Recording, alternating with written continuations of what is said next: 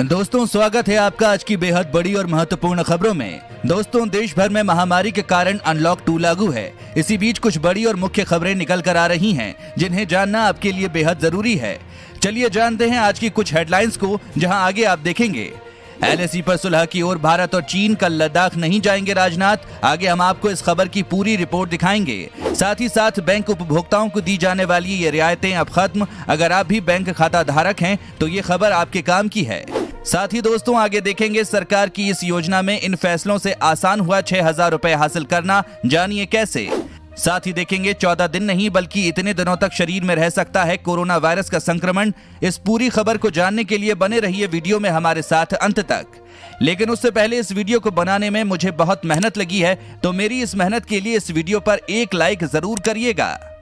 चलिए बिना देरी किए लिए चलते हैं आपको आज की सबसे पहली खबर की तरफ। पहली बड़ी खबर निकल कर आ रही है LAC पर सुलह की ओर भारत और चीन, कल लद्दाख नहीं जाएंगे राजनाथ। दोस्तों, जैसा कि आपको पता होगा, भारत के रक्षा मंत्री राजनाथ सिंह भारत चीन तनाव के बीच लेह का दौरा करने वाले थे, जिसमें वो गलवान घाटी में हुई झड़प में घायल सैनिकों से भी मिलने वाले थे। लेकिन इस बीच दोस्तों एक बड़ी खबर निकल कर आ रही है, उनका ये दौरा टल गया है। आपको बता दें राजनाथ सिंह को लेह जाना था, लेकिन इसे टाल दिया गया है। आपको बता दें रक्षा मंत्रालय का इस दौरे के टलने पर कहना है कि रक्षा मंत्री राजनाथ सिंह के दौरे की नई तारीख का ऐलान जल्द किया जाएगा। राजनाथ सिंह का दौरा फिलहाल टलने से सवाल उठने लगे हैं कि क्या भारत और चीन सुलह के रास्ते पर कदम बढ़ा रहे हैं। आपको बता दें चीन के खिलाफ सरहद पर मोर्चा मजबूत करने के बाद रक्षा मंत्री राजनाथ सिंह भारत चीन तनाव के ग्राउंड जीरो तक जाने वाले थे। राजनाथ सिंह के शुक्रवार को लेह पहुंचने का कार्यक्रम था। वो पूर्वी लद्दाख में चीन से बने तनाव की स्थिति पर सुरक्षा हालातों की समीक्षा करते, लेकिन ये दौरा फिलहाल टाल दिया है।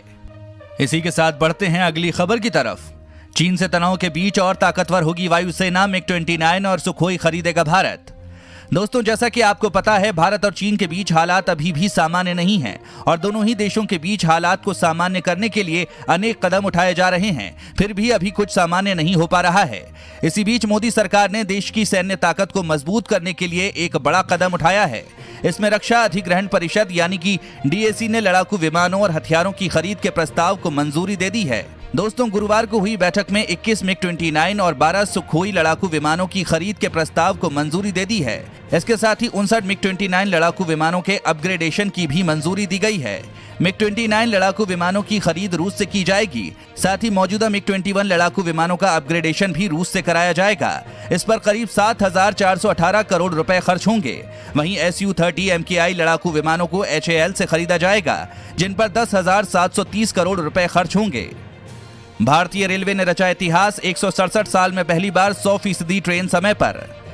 दोस्तों, भारत में ट्रेन लेट की शिकायत अक्सर आपको सुनने को मिलती है। हालांकि अब लॉकडाउन के बाद भारतीय रेलवे ने अपनी नई छवि पेश करते हुए इतिहास रच दिया है। जी हां, 1 जुलाई को चली 201 ट्रेनें बिना देर किए अपने समय अनुसार निर्धारित स्टेशन पर पहुंची। रेलवे की ओर से बयान आया है कि भारतीय रेल के इतिहास में ऐसा पहली बार हुआ है जब सभी 100% ट्रेनें अपने निर्धारित समय पर चलने और गंतव्य स्टेशन पर पहुंचने में कामयाब रही हैं। दोस्तों, आपको बता दें 1 जुलाई को चली 201 ट्रेनों में से कोई भी ट्रेन लेट नहीं हुई। रेलवे की ओर से जारी बयान के मुताबिक इससे पहले 23 जून को 99.54% ट्रेनें अपने समय की पाबंदी पर चली, तब केवल 1 ट्रेन लेट हुई थी। दोस्तों, ये अपने आप में भारतीय रेलवे के लिए एक बड़ी बात है। दोस्तों, आपको इस पूरी खबर पर क्या कहना है, कमेंट में जरूर बताएं। यहां पर खुला देश का पहला प्लाज्मा बैंक, कोरोना मरीजों के इलाज में आएगी तेजी।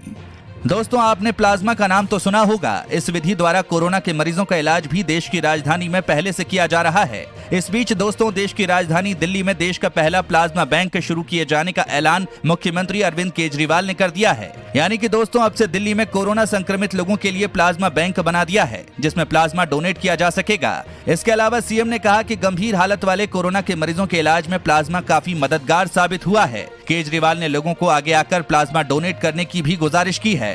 दोस्तों, आपको बता दें कोविड-19 मरीज ठीक होने के 14 दिन बाद प्लाज्मा दे सकते हैं। मुख्यमंत्री अरविंद केजरीवाल ने उम्मीद जताई है कि प्लाज्मा थेरेपी के उपचार से कोविड-19 से मरने वालों की संख्या में कमी आएगी।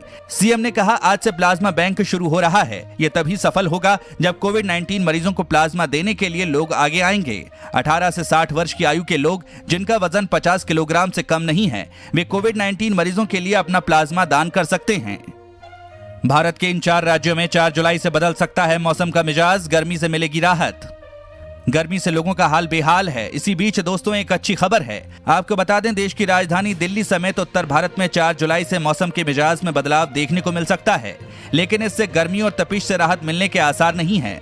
भारतीय मौसम विज्ञान विभाग के एक अधिकारी ने बताया कि 4-5 जुलाई से दिल्ली और आसपास के इलाकों में बारिश के आसार हैं, जिससे मौसम के मिजाज में बदलाव देखने को मिल सकता है। उन्होंने कहा कि 4 जुलाई को भी बारिश होने के आसार हैं। बारिश होने पर तापमान में भी थोड़ी गिरावट आएगी, जिससे गर्मी से राहत मिलेगी। बैंक उपभोक्ताओं को दी जाने वाली ये रियायतें अब खत्म। दोस्तों, जैसा कि आपको पता होगा कि 1 जुलाई शुरू होते ही अनलॉक 2 भी देश में शुरू हो गया है। इस अनलॉक 2 में बहुत सी सुविधाओं के साथ ही उपभोक्ताओं की जेब भी कटने वाली है। जेब कटने की बात की जाए तो सबसे पहले बैंकों ने अप्रैल से लेकर 30 जून तक उपभोक्ताओं को दी जाने वाली रियायतें खत्म कर दी हैं। लॉकडाउन के दौरान उपभोक्ताओं को एटीएम से नकद निकालने के लिए नियम में राहत दी गई थी। इसके साथ ही लॉकडाउन के दौरान किसी भी बैंक में सेविंग अकाउंट में औसत न्यूनतम बैलेंस की अनिवार्यता समाप्त हो गई थी। लेकिन अब अनलॉक 2 में उपभोक्ताओं को बैंक में मिनिमम बैलेंस रखना होगा। अगर नहीं रखा तो शुल्क काटा जाएगा। वहीं एसएमएस और मोबाइल बैंकिंग चार्ज भी लिया जाएगा। बताया जा रहा है कि शहरी, ग्रामीण और अर्बन क्षेत्रों के बैंकों में मिनिमम बैलेंस अलग अलग होता है। शासकीय बैंकों में 3,000 रुपए तो निजी बैंकों में 5,000 रुपए तक मिनिमम बैलेंस रखना जरूरी है। कुछ निजी बैंकों में तो शहरी क्षेत्रों में मिनिमम बैलेंस की राशि 10,000 रुपए है। इसके साथ ही 30 जून तक बैंकों ने किसी भी बैंक के एटीएम में लेन देन करना मुफ्त कर दिया था, लेकिन अब फिर से 5 लेन देन के बाद शुल्क कटना शुरू हो जाएगा। एसबीआई ने तो 1 जुलाई से लागू भी कर दिया है। दोस्तों, इस चैनल पर हम आपको देश और दुनिया भर की सभी ताज़ा खबरों से सबसे पहले अपडेट करवाते हैं। अगर आप भी चाहते हैं दुनिया भर की खबरें आपके पास सबसे पहले पहुंचे, तो चैनल को बिना भूले नीचे दिए गए लाल बटन को दबाकर सब्सक्राइब जरूर कर दें और बेल आइकन को भी जरूर दबाएं। अब किसी भी रूप में हो सकता है कोरोना। पीठ, कमर और पेट दर्द भी हैं संक्रमण के लक्षण। दोस्तों, कोरोना महामारी के दिन ब दिन नए लक्षण निकल कर आ रहे हैं। अब तक कोरोना वायरस के लक्षणों में बुखार, सूखी खांसी, सांस लेने में दिक्कत, थकान, बॉडी पेन, सिर दर्द, स्वाद या गंध का एहसास न होना, गले में खराश शामिल थे। लेकिन दोस्तों, अब कोरोना नए रूप में भी कहर बरपा रहा है। मानसून के मौसम में कोरोना के नए लक्षण सामने आए हैं।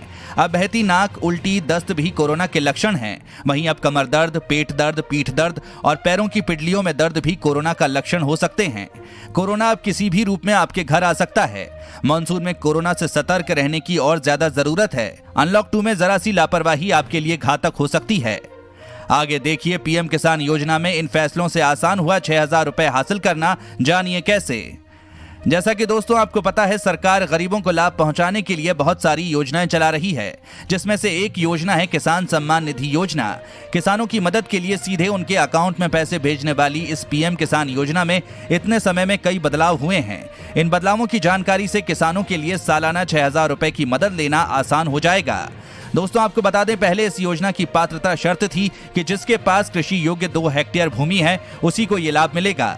मोदी सरकार ने इस जोत की सीमा को खत्म कर दिया है। इस वजह से इसका लाभ 12 करोड़ की बजाय 14.5 करोड़ किसानों को मिलने लगेगा। दोस्तों, इस स्कीम के लाभ के लिए सरकार ने आधार कार्ड अनिवार्य कर दिया था। अब इस योजना में लाभ लेने वाले के पास आधार कार्ड जरूरी है।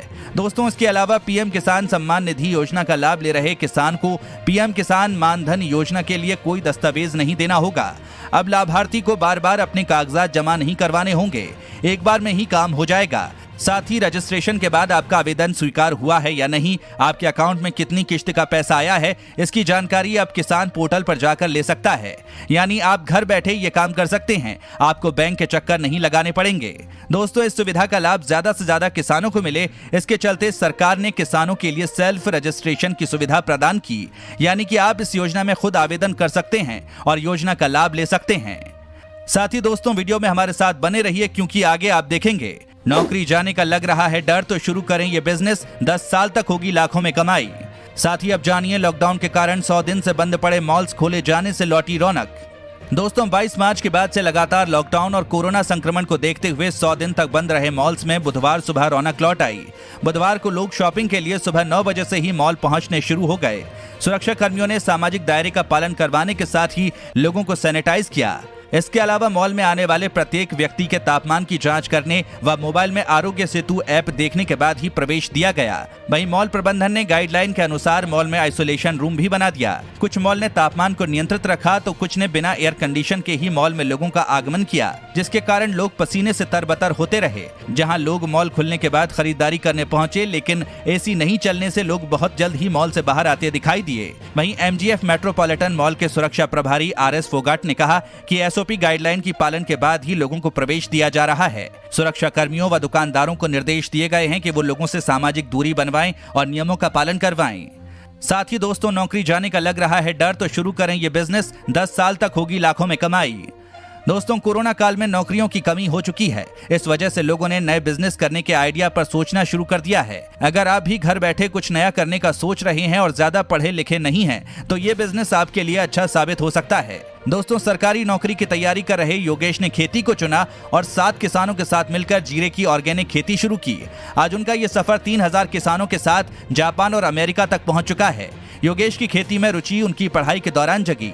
योगेश ने ग्रेजुएशन के बाद ऑर्गेनिक फार्मिंग में डिप्लोमा किया था। परिणाम ये हुआ कि खेती में उनका इंटरेस्ट जाग उठा। उनसे ये तक कहा गया कि यदि खेती का शौक ही चढ़ आया है तो एग्रीकल्चर सुपरवाइजर बनकर खेती और किसानों की सेवा करनी चाहिए। सीधे तौर पर किसान बनकर खेती करने का जोखिम मत उठाओ। दोस्तों, शुरुआत में योगेश ने इस बात पर फोकस किया कि इस क्षेत्र में कौन सी उपज लगाई जाए जिससे ज्यादा मुनाफा हो, बाजार मांग भी जिसकी ज्यादा रहती हो। उन्हें पता चला कि जीरे को नकदी फसल कहा जाता है और उपज भी बम्पर होती है। उन्होंने इसे ही उगाने का फैसला किया।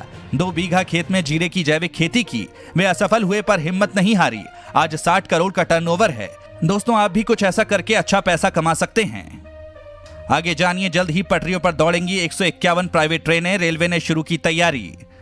जैसा कि दोस्तों आपको पता होगा कि इस कोरोना काल में भारतीय रेलवे बिल्कुल ठहर सा गया है। अगर कुछ स्पेशल ट्रेनों को छोड़ दें तो सिर्फ कुछ ही ट्रेनें अभी तक पटरी पर दौड़ी हैं। लेकिन दोस्तों, इस बीच रेलवे जल्द ही तेजस एक्सप्रेस की तर्ज पर 151 निजी ट्रेनों को चलाने जा रहा है, जिसके लिए कवायद को शुरू कर दिया है।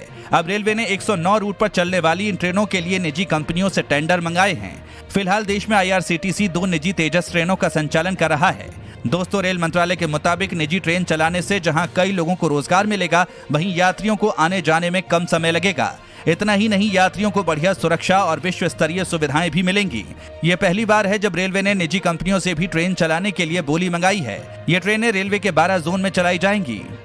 अब जानिए, 14 दिन नहीं बल्कि इतने दिनों तक शरीर में रह सकता है कोरोना वायरस का संक्रमण। दोस्तों, कोरोना वायरस के संक्रमण और उसके इलाज की प्रक्रिया में लगने वाले समय को लेकर तरह तरह की बातें अभी तक सामने आ रही हैं। शुरुआत में बताया गया कि कोरोना वायरस के संक्रमण के प्रमुख लक्षणों में सर्दी, खांसी, बुखार, छींक आने की समस्या देखी गई। स्वास्थ्य मंत्रालय के द्वारा जारी की गई रिपोर्ट से पता चला कि भारत में कोरोना वायरस से संक्रमित मरीजों में से 69% मरीज बिना लक्षण वाले हैं। इसी बीच कोरोना वायरस टास्क फोर्स के एक सक्रिय सदस्य ने यह बताया कि कोरोना वायरस का संक्रमण 14 दिनों तक नहीं बल्कि इससे ज्यादा दिनों तक वो बॉडी में रह सकता है। कोरोना वायरस से संक्रमित कुछ मरीज ऐसे भी दिखे जिनमें 14 दिनों से भी अधिक समय तक कोरोना वायरस के लक्षण बरकरार रहे। उन्होंने कहा कि शुरुआत में यह मान लिया गया कि 14 दिन के बाद कोरोना वायरस से संक्रमित मरीज पूरी तरह से ठीक हो चुका होगा, लेकिन कोरोना वायरस को अपना साइकिल पूरा करने में लगभग 28 दिन लग सकते हैं। दोस्तों, आपको हमारी वीडियो कैसी लगी हमें कमेंट करके जरूर बताएं। दोस्तों, इस वीडियो को बनाने में हमें बहुत मेहनत लगा है। हमारी इस मेहनत के लिए इस वीडियो को अपने सभी दोस्तों, रिश्तेदारों के साथ शेयर जरूर करें।